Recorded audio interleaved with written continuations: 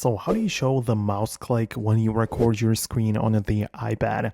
Let's explain that, but if you're new on this channel, most definitely subscribe so you don't miss tutorials like this one.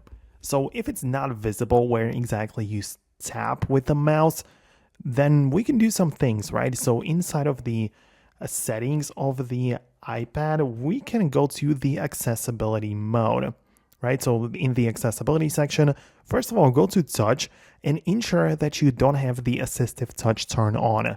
Because in the latest iPadOS 26, there is the circular like mouse on the iPad, but only when you have the assistive touch enabled.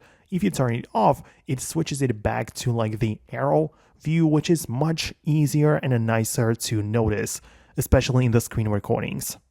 Then, still within the accessibility settings, scroll down a bit more and go to the pointer control section.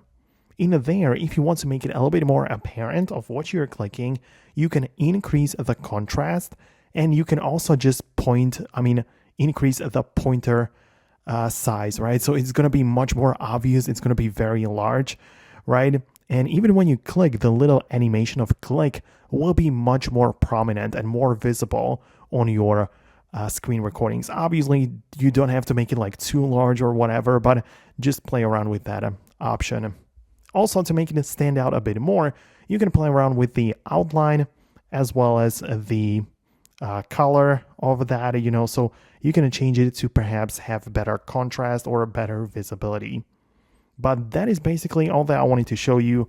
Let me know in the comments below if that made the mouse clicks more apparent and better visible in your screen recordings. I really hope that it helped. Thanks a lot for watching, and I'll see you later in the next tutorials.